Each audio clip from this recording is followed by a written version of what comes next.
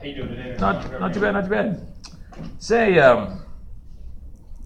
digging deeper in this case here, have you taken a look at it yourself? Yeah, I have. What do you think? Well, it's a very tough one considering that your underlying charge is in a different court. So I was wondering if you plan on taking me to trial with your elements met of failed or allegedly failed. Because if I don't actually get found guilty of that charge, or let's say I don't even go to make it to trial yet by the time this trial happens, what exactly are you going to present to the jury? So, because your elements are not anything to do with median. Right, So you have to prove that I failed trimming law by. Yeah. So we've got two ways to prove it. The easier way for us to prove it is if you're found guilty in municipal court, then we just have to provide a certified conviction. It says, look, you were convicted of a crime, you didn't remain law-abiding. Okay. So that's the easy way. The hard way is we have to prove the elements of that crime. So we have to prove the whole crime. Oh boy, but that's not the right courtroom. Well, right, so I mean, you only have your elements. You're not going to be able to introduce elements of a municipal code, though. Yes. The only elements you guys can introduce is failure to remain law-abiding. What we wouldn't be able to do. 1882. What we wouldn't be able to do is convict you of the municipal crime. We'd have to prove it happened. But more realistically, what we would want to do is we would want to set your trial back until your municipal case was handled. Violating some speedy trial rights. I think I have no intentions of putting this off. I think I'm ready to go to trial right now. If you guys aren't, it sounds to me like you didn't have enough evidence to charge me in the first place. And that's absolutely right. We can do. I mean, you don't have to waive speedy at all. Yeah. And I'll tell you, if your municipal case is dismissed, this probably goes away too. No, wait. How would I do that? Would I actually have to say I get convicted in this one, since you said I could still be convicted? Would I do like a motion to overturn conviction? Or, I mean, No. Come on, think about that. Like, what exactly? No, are if you? you're convicted, you're convicted. But you just said that if I get found Right. not guilty in the underlying misdemeanor charge after the fact. And no, before the fact. Well, I'm saying after the fact. I'm saying if we go to trial here first, and I haven't gone to trial for that charge over there yet. Yes. What exactly are you going to be able to find me guilty of here? Right. So I'd have to prove the new law violation. Yeah, which you couldn't because I'm only allegedly. I haven't got. Right. You realize that the elements that you're trying to prove is something that a different court is trying to prove? Obviously, you know. Yeah. So in that case, I would have to prove the new law violation.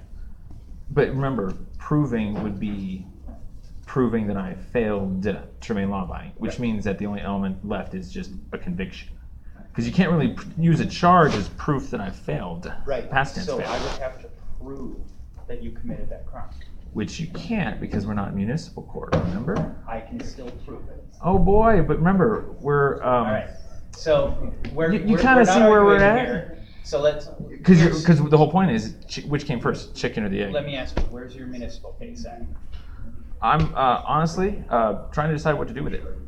There's a lot of options. There's a special agency, there's an attorney, there's trial. I don't really know what to do, quite honestly. If that case goes away, if it's fully dismissed, and this hasn't been resolved yet, I'll dismiss this one. But if we have to try this one first, then I'll do my best to prove. Here's a good question for you. And this is the part I've ever got with an attorney, so this is good. Would it not have been safer and more logical and easier to prove this if you had used the conviction as the basis for the charge for the probable cause? You wait until the municipal case goes through. Once I get found guilty, there's the bailiff right there. All you have to do is prove I was out on bond and this conviction. And so if you guys can charge me then and not have to do this whole wait for court ad hoc after the fact, it sounds to me like it's a big due process violation, 14th Amendment. Well, it's a big hassle. I mean, but this is the way it's done. I don't see it as a due process violation. Well, I remember, failed to remain law-abiding is only going to be filled with a conviction. You can't use allegations as a failed. You do realize that that's actually like two courts. Think about that for a while. I understand. You do realize that like it's not going to go very far. You're going to introduce allegations. So do you want to set this for trial today? I'm hearing that you're not interested in the plea offer, which is okay. I mean, trespassing is not even related to it. Well, that's why it's a plea. The, I mean, come on. the please. idea is to cut it down to something that's a little more palatable for you. Isn't it the same M3 though? It's the same level of offense, yeah.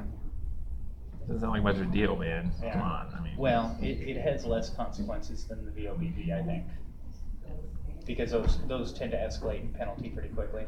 But if you're not interested in it, that's totally up to you. well, like I said, you only when you wrote the ticket, only used the evidence, or if you want to call it evidence, it's a witness testimony of an officer that claims that I allegedly failed to remain law-abiding. Right. You guys don't actually have any evidence that I actually failed. Because remember, the evidence that I failed to remain law-abiding involves a I don't want to conviction. go over all this again. I got more people to talk to. You do realize that you need the municipal code conviction in order for this to look like I I'm failed. fully aware of what I.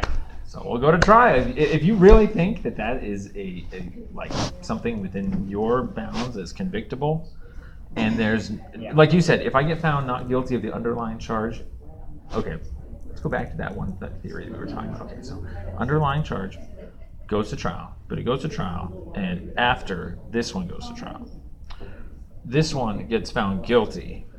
Let's say you do your little thing, somehow prove that I was guilty, when I wasn't. Whatever. I go to municipal court, I get found not guilty. I have a record now of being guilty of being in a meeting when I'm not actually guilty. Here's where there's a difference. Okay, Please enlighten me. There's two different standards of proof at play here. When you're just, Isn't the standard of proof the standard of proof? I mean, well, okay, beyond a reasonable I was doubt. thinking this was a revocation, so this is a new law violation because it's a VOBB. Okay, Yeah. so they're both proof by preponderance, or excuse me, they're both proof beyond a reasonable doubt. And it is a weird and unfair situation where one court finds you guilty of something and another court finds you not guilty of the same thing. And that is not something that we like to happen. That's why my preference is going to be to set this one after that one, and you don't have any requirement to waive your speedy for me to do that. But the reason why you would be setting this ahead is because it sounds to me like you don't have the evidence that you'd like to have or need to have in order to go forward. Definitely. And if that's the case, maybe you should have waited to charge me until after my municipal code was convicted. I didn't make Come the charging on. decision. You guys, you're the DA. You can take charges and drop them anytime you want. Of course you make the charging decision. You're the DA. Did I just hear that from you? I can drop them, but that's not the same as waiting to charge. Well, yeah, sure, they could write all the charges they want and then pick me up and then false imprisonment if they drop out and 42 USCs. I mean, come on, dude. Like, All right, man. So do you not know how so court what works? are we doing today? Trial. All right. I'm not guilty because you don't have any evidence. Cool. We'll set it for trial then. A conviction on an underlying municipal code is the only evidence that you're going to be able to use to show that I failed. Okay. Because if you say I allegedly failed and you're wrong, then are you not concerned about wrongfully convicting me of not being on a meeting when in the end I may not be, according to the municipal code? Which is why. Then why would you be trying to prove it without that evidence, though? Well, before I even go to municipal court, you said that you were trying to. You said you were trying to delay your trial so that you could have an easier time trying it. Sounds like you due process violation. Mr. Michaels? Correct. All right. Good luck in court. So